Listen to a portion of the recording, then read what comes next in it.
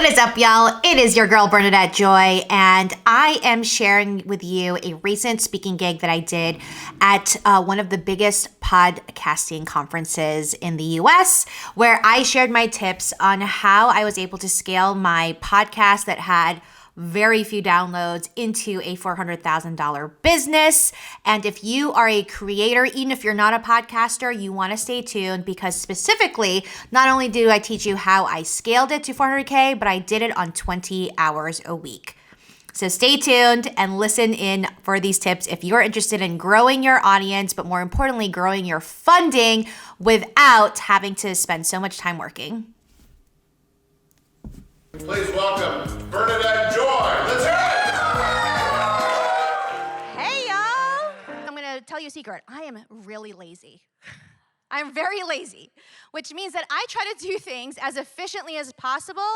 And so how would you like today, by a show of hands, to know how to flow your worth, try to make more money without working so damn hard? I actually started my podcast in 2018, and here is when I went to my first conference, and I actually had to call myself a podcaster. When I went to this conference the night before, I was in my room crying. I was crying because I was like, I am such a loser. Everyone here is so cool. They know what they're doing, and I just don't know what I'm doing. Anyone else ever feel like that? And the reason I have this picture is because at that conference, they had little video booths, and someone had missed their appointment, so I was totally just creeping and just waiting for there to be an open spot. And I was like, sir, can I shoot some video here because I don't know anyone here, and I don't want to look like a loser, and I just want to look like I'm doing something. So if you notice my paper, my book there's nothing written. There's nothing there. I'm just faking it. And so from that time 5 years ago, Crush Your Money Goals started out as a podcast, and I never broke the top 10%. I never had a huge following. However, despite not having a large audience, Crush Your Money Goals since 2020 has grown to over $400,000 in terms of revenue, and $236,000 was just last year, okay? So, thank you. Oh, thank you. I share that with you because there's a lot of people telling you how to make more money, but do you actually know if they're making money? No. This is based on actual experience. Who wants to hear stuff that people are actually doing and making money? Raise your hand. In order to grow a six-figure business, you must have a formula. Can I just share my formula with you? Yeah? Okay. So in exchange for my formula, I'm just gonna ask you for three things today. Number one, your brain. No bueno. For storage. It is used for processing, so write stuff down when you hear something good. Number two, I want you to commit that after today, you will at least do one of these things. Just one. Not all four, just one. Is that fair? Yes or no? Yes. And then number three, I just want you to be honest with yourself. I want you to be honest and say, okay, I haven't been doing that. Now is the time I'm gonna do something different, but also give yourself some grace. Do not beat yourself up for not doing the stuff you didn't know up until now. Nobody taught you, but after today, you can't say that nobody taught you. The 4 steps that I walk through to do 10K a month happens to spell out the word flow. So if you have a pen and paper, write out the word flow from top to bottom, F-L-O-W. So let's go with the first letter in flow, which is F, and that stands for face fears with habits. Repeat it after me. Face fears with habits. Now, let me ask you this question. How many of you forgot to put on your underwear today? Oh yeah, exactly. If you did, if you're going commando right now, you're not gonna say so. Here's like little TMI. I had problem with my underwear today. I was so thinking about all the things I had to do today to make sure I showed up on time, got my stuff together, had my cute shoes, that I forgot to pack a bra. Why I'm wearing a jacket right now. Whenever I travel, I always carry one of those sticky bras. Ladies, guys are like, what the hell is a sticky bra? Thank goodness I at least had the sticky bra already in my luggage because it's always there. I never take it out. That is a habit that I formed whenever I know I'm going to travel. So when you think about your business, what is your equivalent of your sticky bra? What is this thing that you're always gonna do no matter what? Whether your business is good or bad. So I shared this particular tweet that I had because I realized that the biggest threat to your business is not the business itself. It's usually all the shit that's floating all around your business and is trying to make you do anything other than the business. How many of you guys are something other than a podcaster? All of us are other people other than podcasters. But you know what the biggest threat to my business was? It was those days when I just wasn't feeling good and I was what I called smiling depression. Looked like I had my stuff together on the outside, but inside I was a mess. When my dad passed away, I was in no condition to be doing like the best content that I ever had. I have managed grief, I have managed anxiety, but I'm also debt-free, but I'm also a millionaire. Who has kids? Who has parents that they're having to take care of? Who has pets or plants?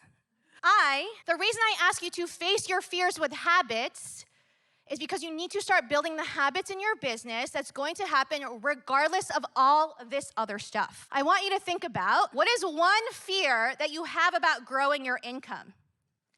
What is one fear? And then I want you to write, what is at least one habit that you could put into your business that would help combat that fear? So let me give you an example. Today, I was going to have the same level of energy whether there was 100 of you in this room or whether there was 2 of you in the room.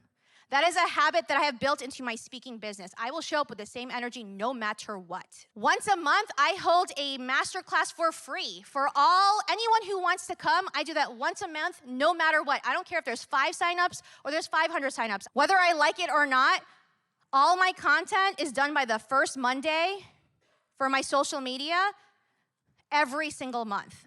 Is it the greatest content? No, but it's consistently there, and I have almost not even skipped a beat on my social media, even when shit hit the fan in my life. And it doesn't have to be a huge thing. It could be, I'm just gonna tweet once a week.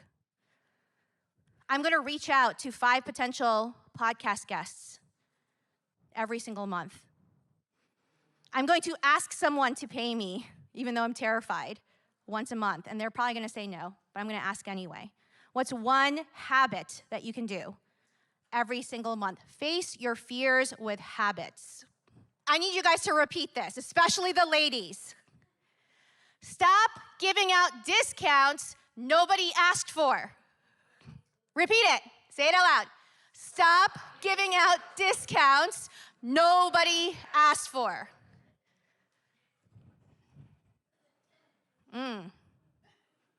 You know why I realize that women particularly give out so many discounts? Because we're afraid. We're afraid that they're not going to pay us, so we're just give it away for free. Stop that shit. Stop it. Okay? So let's talk about the L. This is counterintuitive. L. Limit your availability. Repeat after me. Limit your availability. This is the opposite of what they tell you to do when you start a business. Hustle, say yes to everything. There's opportunity everywhere. No, you will burn out super quick. I want you to aim for your business to function in 20 hours of your week total. 20 hours. This is an actual screenshot of my Google Calendar. That is what my business looks like. I make 6 figures and I work 20 hours a week. Yeah, you can make 6 figures if you work 80, 100 hours a week. That's kind of easy, actually. What's harder is if you flow your worth and you're saying, I am only going to spend 20 hours in this business, and I'm gonna spend my time doing all the other things. You don't see it on this calendar, but on Mondays, I play in a volleyball league. On Tuesdays, I have a stand-up comedy class. On Thursdays, I go to acting class. On Fridays/Saturdays, I take a hip-hop class. You know what is actually counterintuitive? The more stuff I do personally, the more efficient I became at my business. Isn't that interesting? I am not skipping out on my hip-hop class for this dumb meeting that doesn't need to be a meeting. Here is what my business looks like, right? 20 hours a week. So how do you actually limit your availability? Number 1, opportunities for exposure. Oh, you should come because you can get so much exposure. Exposure does not pay the bills, right? Now, let me be clear. I do think there is room for collaboration, absolutely, but there has to be a two-way street on it. So for example, if someone asks me to come and speak and they don't have a budget, I ask those questions. What does your audience look like?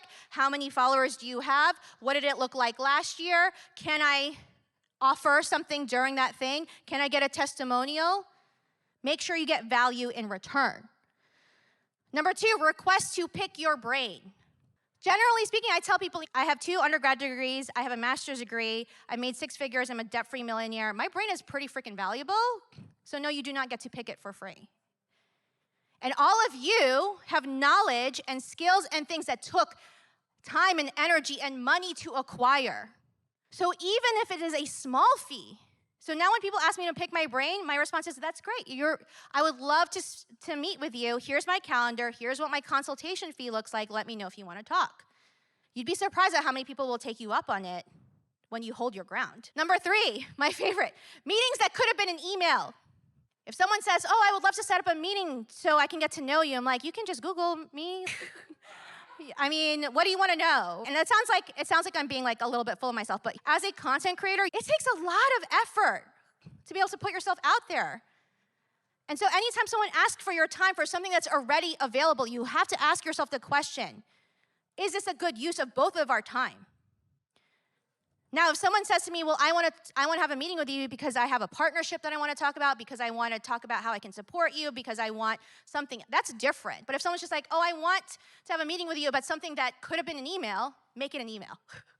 And then my last thing here is what I call energy vampires. One of the biggest things that I've limited my availability on is I don't work with assholes anymore. How many of you have ever been to a meeting and someone just be power tripping? I don't take those meetings anymore. If you're gonna come here and power trip, like, that's not a conversation I'm willing to have. Let's talk about the O. The O in flow stands for own your income. How many of you had this thought? I don't know how many customers are gonna have this month, so I can't really figure out how much money I'm gonna make this month. I'm gonna tiger mom you a little bit today. Whose responsibility is it? Oh yeah. It is not other people's responsibility to pay us. It's our responsibility to pay ourselves. I have been consistently paying myself for the last 3 years. I have worked for 9 different companies. No hate to my white guys. I love you guys. But all of them have been old white guys who've been paying my paychecks, and that made me think, will I ever be able to pay my own paycheck? Because I don't look like them. But ever since I started my own business, the only paycheck I have ever received from a woman of color was when I became the CEO myself. It is possible to create your own steady paychecks. Not just own your income, you have to own your next product. Here's the challenge with podcasting. The podcast itself is a very hard product to monetize. I only got a sponsor for the first time just this past year, and I've been at this for 5 years. The vast majority of the money that I made has been from using that podcast to take that same knowledge and test what is it that people want, and then figure out ways to monetize that product as a knowledge source. So the 3 main ways that I have switched my podcast into now being able to monetize is through classes, either through myself or partnering with other organizations to teach classes for them. Coaching, which you're gonna meet like 1,000 coaches. But coaching has been the fastest way to revenue source because I don't need a large audience to do that. And then co-creating. And so what I mean by that is that instead of trying to continue to build my own platform, I looked around and said, who has a bigger platform than me and who needs me? So I was just sharing with my friend Allison earlier today. I have a conversation going on with Forbes right now. After 5 years, they reached out to me and said, we need you. We need you, right? Oh, thank you. Am I gonna build a platform as large as Forbes? Do I have the resources of Forbes? No. But I created content that was good enough to catch their eye that they say, well, we'll bring you onto our platform instead and we'll pay you. How do you actually generate the 10K? You have to be realistic about where your audience is, what their willingness to pay is, and what your capacity is. So here are 4 ways that I started thinking about my next 10K. So 10K a month is a lot. I just want you to get to your first 10K. And then you start streamlining it and getting the timeline shorter and shorter until it's down to a month. When I first started Crush Your Money Goals, the first thing I did was I looked at and I said, I want to offer classes at $25 because I was still giving out discounts and I was terrified, right? If I want to do 10K, that means I have to find 400 students. Now, my particular topic is teaching financial independence for women. There's 150 million women in the US. I can't find 400? I think I can find 400. Then the next thing I looked at was if I do coaching, that's 10 clients at $1,000. It could be $100 per month. It could be $1,000 one time. It could be some combination of that. Now, where a lot of podcasters are messing up is because you're trying to solve a problem that is too small. Nobody's going to pay you $1,000 for a $100 problem. So the problem that I'm solving, in order to become financially independent, you likely need at least $1 million worth of investments. That is just pure math. If you want to stay living in America, that is what it's going to cost. So $1,000 to solve $1 million problem? Are you solving a $100 problem? Or are you solving $10,000, $100,000, or $1 million problems? Then, once I had enough people, then I started streamlining and saying, okay, instead of having one-on-one meetings, maybe I can group them together. And actually now they get the benefit of meeting all these other people. So now I do programs where I used to charge $1,500. Now I charge them $600 because I do group and I don't do individual meetings as much anymore. So that's only 16 students at $600. And then stuff like this where, can I take this content and now bring it to large audiences? $2,500 for an audience of 1,500 people, pennies. So you have to start putting the math against your actions, saying, does this make sense? So let's go to the last piece here. So W stands for worth more. Repeat after me, worth more. Notice, I did not say work more. I said worth more. So repeat this one after me. Make worth a verb. In the traditional English language, worth is usually a noun. But in my business, I do not work. I worth. What do you think is the difference between working and worthing? Go ahead. Worthing is how you value yourself as opposed to working for a specific amount of money, maybe even an hourly wage. Yep, in the back. Quality over quantity. Quality over quantity, and yes. I wonder if worthing can be tied to intention, being intentional versus I'm just trading time for money. Ooh. First of all, the fact that all of you are women and answered yes. Yes. All of the above. All of the above. Working looks like chasing people for money. Worthing looks like I'm going to attract and I'll wait for those people to show up. Working is asking anybody who has a voice and a mic to be on your podcast. Worthing is saying, I'm going to reach out to those people that I feel like might say no, that I would actually be nervous to interview, but they could change the trajectory of my business. Working is saying, I'm going to put in 50, 60, 70 hours on this. Worthing is saying, I'm going to make my 20 hours in this as efficient as possible so that I can focus on serving my audience. I want to see more people who are using their platforms to serve other people, not just themselves. Working is saying, I'm going to build a platform for myself. Worthing is saying, I'm going to build a platform that I can share with other people. Worth, not work. So to recap flow, does everyone get their 4 steps in here? Let me ask the audience, what's one way that you're going to flow your worth starting today? Yes, sir. 20-hour work week. 20-hour work week. I love it, yes. Charge for a consultation. Charge for your consultation. Yes, sir. Ask for money at least once a week. Ask for money at least once a week, even if they say no. I am going to recharge my podcast by adding different products. So rather than trying to monetize it, which I have never wanted to do, I'm going to add products like classes and more coaching. I love it. I love it. I love that. What is the product that you're going to sell as a result of this podcast? That makes so much sense. All right. So, did anyone get any value out of this today? Okay, good. Good. Let's hear it for Bernadette Joy. If you liked this video, please check out all of my other videos and subscribe to our YouTube channel so that you get notified when the next video comes out. And specifically, if you're looking to become a creator who is also financially independent, check out my free guide at crushyourmoneygoals.com/free guide, where I share tips on all the best resources that I use to invest, to save, and to grow my income. See you next time.